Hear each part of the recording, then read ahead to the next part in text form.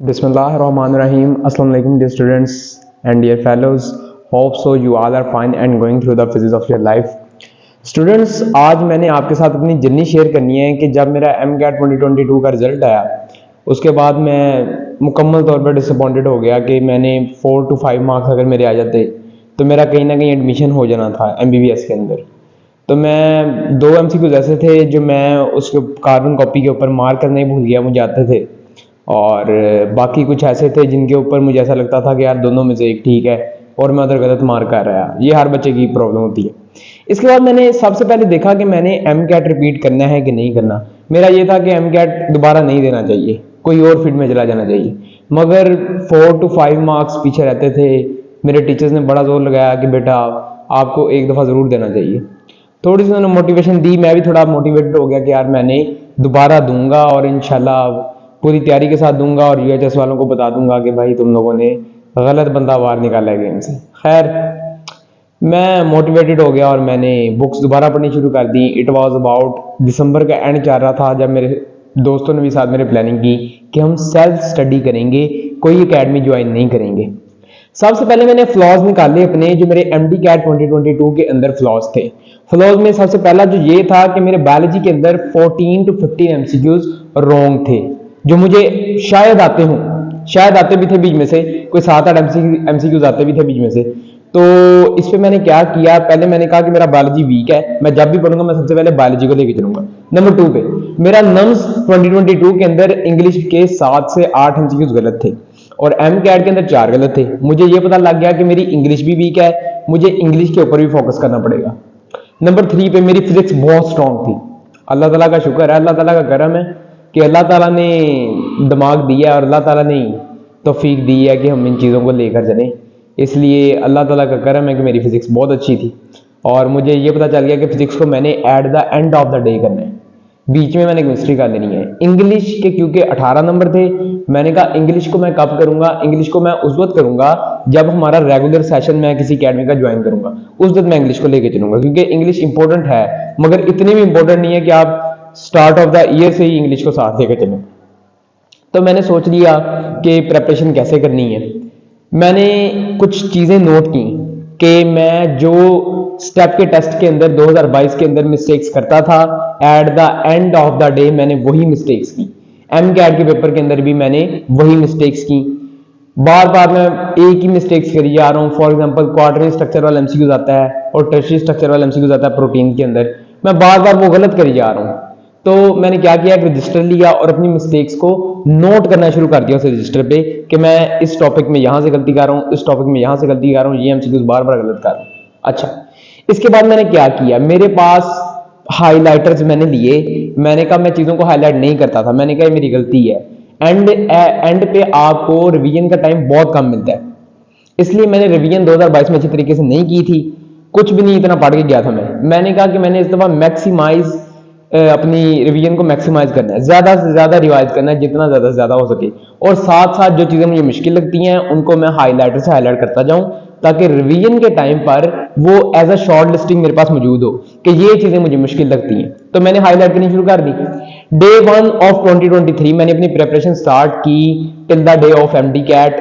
Exhaust भी होता था बीच में से, मगर मोटिवेशन के लिए मैंने आपको बताया कि मैंने अपने स्टडी टेबल के सामने और अपने कबर्ड के अंदर पेपर लगाए थे जिनको मैं रोज सुबह उठ के देखता था और मुझे मोटिवेशन मिलती थी। और इसके अलावा मेरी मोटिवेशन ये थी कि अगर मेरे माँ बाप रोज़ मेरे लिए इतना कुछ करते हैं, बाहर निकलते हैं, मेरी ज़रूरियात को पूरा करते हैं, मेरी मम्मा मेरे लिए नाश्ता बनाती हैं, लंच बनाती हैं, डिनर बनाती हैं, मुझे तीनों वक्त पे चाय मिलती है, तो अगर वो अपने काम के अंदर गफलत नहीं बरत रहे तो मुझे भी अपना काम पूरे तरीके से करना चाहिए।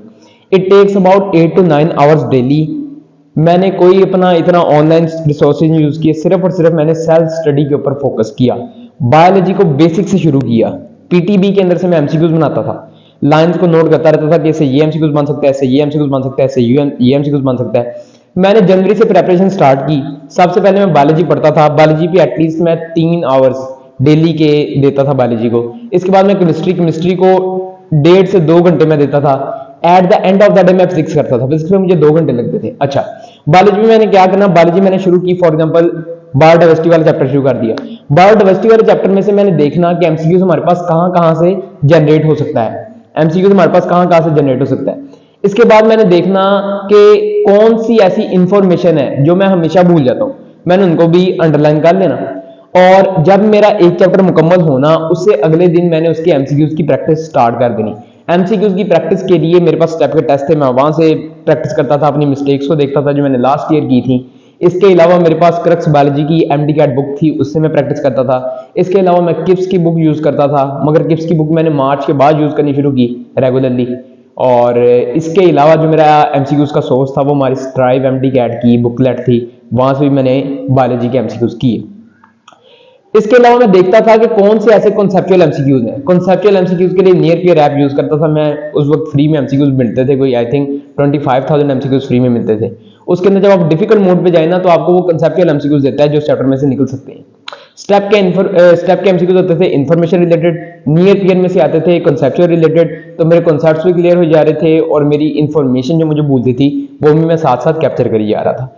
इसके बाद मैं केमिस्ट्री पे आता था। केमिस्ट्री के अंदर मैं क्या करता था, केमिस्ट्री के अंदर मैं ये बुक बहुत यूज की है, किप्स की प्रेपरेशन बुक फॉर केमिस्ट्री, ये बहुत यूज की है। इसका मैंने मतलब इसको मैंने घोल के पी लिया था, एक तरह से मैंने अपने दिमाग में इसको समा लिया था कि ये नहीं मुझे भूलनी चाहिए।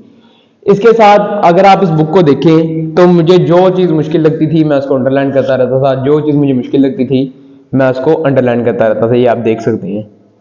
तो इस तरह मैं अंडरलाइन करता रहता था। अंडरलाइन करने के बाद मैं इन चीज़ों को एमसीक्यूज इनके अटेम्प्ट करने से पहले इन चीज़ों को एक दफ़ा लाजमी देख लेता था, ताकि मुझे पता लग जाए कि कौन सी चीज़ इनमें से मुश्किल है। केमिस्ट्री मैंने ऐसे की। केमिस्ट्री में अब लोग पूछते हैं जी इनऑर्गेनिक में क्या करना है, ऑर्गेनिक में क्या करना है। इनऑर्गेनिक में क्या है, इनऑर्गेनिक में आपने एक्सेप्शंस याद रखनी है, टेबल्स याद होने चाहिए, आपको ट्रेंड्स याद होने चाहिए, एक्सेप्शंस याद होने चाहिए, डेंसिटी का टेबल याद होना चाहिए, कहाँ कहाँ पे एक्सेप्शन आ रही है, थर्ड ए में एक्सेप्शन आ रही है, 8A में एक्सेप्शन आ रही है, क्यों आ रही है, रीजंस का पता होना चाहिए। ऑर्गेनिक के अंदर कन्वर्जेंस आपको आनी चाहिए। नोमेनक्लेचर से 1 से 2 क्वेश्चंस लाजमी आते हैं, वो आने चाहिए। मुझे पता लग गया था कि नोमेनक्लेचर से एमसीक्यूज आता है, इसलिए आपको ओल्ड नेम भी याद होनी चाहिए और आईयूपीएससी के नेम्स भी याद होने चाहिए। इसके बाद हमारी बात आती है फिजिक्स के ऊपर, कि फिजिक्स को मैं कैसे करता था। फिजिक्स के लिए जब मैं स्टेप में तैयारी करता था, वहां हमारे एक सर होते थे, सर काशिफ, उनके नोट्स होते थे, नोट्स वो बड़े सिंपल से नोट्स होते थे, इसलिए मेरी फिजिक्स, मैं समझता हूँ कि उनका हम पे एक बड़ा एहसान है कि इसलिए मेरी फिजिक्स अच्छी रही।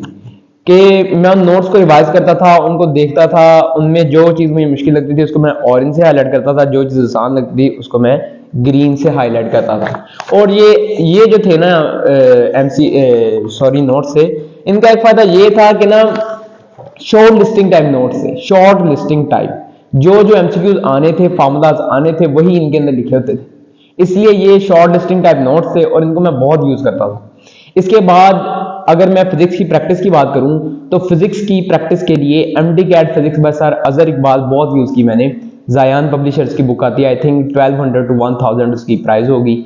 उसके अंदर 2500 एमसीक्यूज थे, वो मैंने बहुत यूज की। क्योंकि उसका यूज करने का एक तो फायदा मुझे ये हुआ कि उसमें किप्स के भी एमसीक्यूज थे, स्टेप के भी एमसीक्यूज थे, स्टार्स के भी थे, वो एमसीक्यूज भी थे जो पास पेपर्स में आ चुके थे। इसके अलावा मैंने ईटा के एमसीक्यूज सॉल्व किए, क्योंकि ईटा जो केपीके में पहले एमडी कैट कंडक्ट करती थी, उसके एमसीक्यूज बड़े टफ होते हैं, इसलिए मैंने वो सॉल्व किए ताकि मेरे जो कंसेप्ट हैं वो बिल्ड हो सके अच्छे तरीके से। बायोलॉजी के लिए मैंने एनटीएस के एमसीक्यू सॉल्व किए और इसके अलावा ईटा के भी एमसीक्यू सॉल्व किए बायोलॉजी के लिए, पर ईटा के जो बायोलॉजी के एमसीक्यूज हैं वो ज़्यादातर इंफॉर्मेशन रिलेटेड ही होती है। इसके बाद मैंने फुल तैयारी की, जनवरी फरवरी अपनी पीटीवी के ऊपर तवज्जो दी और देखा कि मेरे वीक पॉइंट्स कौन से हैं, उनको साथ साथ नोट करी गया और पूरी साथ साथ मोटिवेशन भी हल्की सी मिलती रहती थी। ये टाइम जो होता है ये टफेस्ट फेज ऑफ लाइफ होता है एक यंगस्टर के लिए, और इंसान डिप्रेशन में भी चले जाता है। और डिप्रेशन से निकलने का तरीका यह है कि नमाज पढ़ें, कुरान पाक पढ़ें। बाज़ औक़ात ऐसा होता है कि आपके पेरेंट्स भी आपको सपोर्ट नहीं करते, हर कोई आपके ऊपर तानाज़नी कर रहा होता है, जो भी आपको मिलता है वो यही पूछता है कि तुम्हारा एमकैट नहीं हुआ, you are a loser, you are a loser. हर तरफ से यही आवाज़ आती है और आपका दिमाग भी यही कहता है यार क्विट कर दे, बस बहुत होगी। मगर अगर आप नहीं क्विट करेंगे तो आपके लिए ज़्यादा आसानियाँ पैदा होंगी आगे जाके। दुनिया में हर चीज़ का रिवॉर्ड मिलता है, अगर आप मेहनत करेंगे आपको रिवॉर्ड ज़रूर मिलेगा। कभी भी ये नहीं सोचना कि मैंने मेहनत की, मेरा एमकैट फेल हो गया, कोई मसला नहीं, क्या पता कल को आप सीएसएस क्लियर कर जाए, क्या पता कल को आप पीपीएससी क्लियर कर जाएं, क्या पता कल को आप कमिश्नर लग जाएं। ठीक हो गया ना। तो इसलिए कभी भी मायूस नहीं होना, जो आपने मेहनत की है उसका फल आपको ज़रूर मिलेगा। अच्छा बच्चों, ये तो होगी मेरी इस चीज़ की प्रेपरेशन। फरवरी के अंदर भी तकरीबन मैंने फरवरी के लास्ट तक अपना सारा सिलेबस कंप्लीट कर लिया, पीटीबी से, सिर्फ पीटीबी से। इसके बाद मैं फेडरल के ऊपर आया। फेडरल की मेरे पास बुक्स हार्ड कॉपी में मौजूद थी। उसके ऊपर मैं वो चीज़ें यानी कि हाईलाइट करता था जो पीटीबी ने नहीं लिखी हुई, पीटीबी में नहीं लिखी हुई। फॉर एग्जाम्पल बैरो रिसेप्टर्स होंगे, पीटीबी ने नहीं लिखे। टेस्ट बर्ड्स होंगे, पीटीबी ने नहीं लिखे। इसके अलावा और भी स्पीड्स होंगी नर्व इम्पल्सेस की, वो पीटीबी ने नहीं लिखी। वो मैं नोट करता रहता था। पर जिन चीज़ों में दोनों कंट्रास्ट कर जाती थी, यानी कि फेडरल के अंदर कोई और बात होती थी, पीटीबी के अंदर कोई और बात होती थी, उनमें मैं पीटीबी को फॉलो करता था, क्योंकि पीटीबी हमारी अपनी बुक है, प्रोविजन की बुक है, वहां से पेपर आना है यूएचएस के मुताबिक। अच्छा तो बच्चों, ये करने के बाद मैंने क्या किया, बलूचिस्तान से कुछ पॉइंट्स थे उनको इकट्ठा किया, और मार्च 19 2023 हमारा स्टेप का टेस्ट हुआ, जिसमें मेरे 100 में से 82 मार्क्स आए और 85 से अबव वाले को स्कॉलरशिप लगे। यानी कि जिसके लिए मैंने स्टेप के टेस्ट के लिए तैयारी की थी, क्या स्टेप में एडमिशन होगा, स्कॉलरशिप लगेगा, मैं टेस्ट की तैयारी करूंगा तो शायद मुझे थोड़ा सा रिलैक्स फील करूं कि मेरी तैयारी अच्छी जा रही है। मगर जब ये नहीं हुआ तो मैं पूरा एग्जॉस्ट हो गया। मैंने कहा यार अब एम कैट नहीं देना, तो एम कैट नहीं देना। एम कैट के बाद क्या करना है, एम कैट के बाद डी फार्मा करना है। एम कैट छोड़ो, अब डी फार्मा करना है। डी फार्मा कहाँ से करना है, पंजाब यूनिवर्सिटी लाहौर से। तो यहाँ तक था मेरा मार्च का सफ़र। 19 मार्च तक मैंने कैसे प्रेपरेशन की और मैंने क्या क्या सोर्सेज यूज़ किए। अभी तक सिर्फ और सिर्फ पीटीबी यूज़ की मैंने।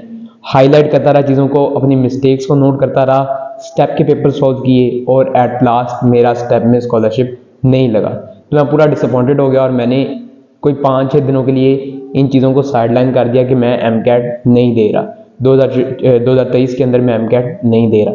यहाँ तक थी हमारी मार्च तक की स्टोरी। इंशाल्लाह अगली वीडियो में हम मार्च से आगे चलेंगे कि क्या ऐसी मोटिवेशन मिली जो मैंने दोबारा अपनी एम कैट बुक्स को उठाया और ठान ली कि मैंने एम कैट ज़रूर देना है। अगली वीडियो तक अल्लाह हाफ़िज़।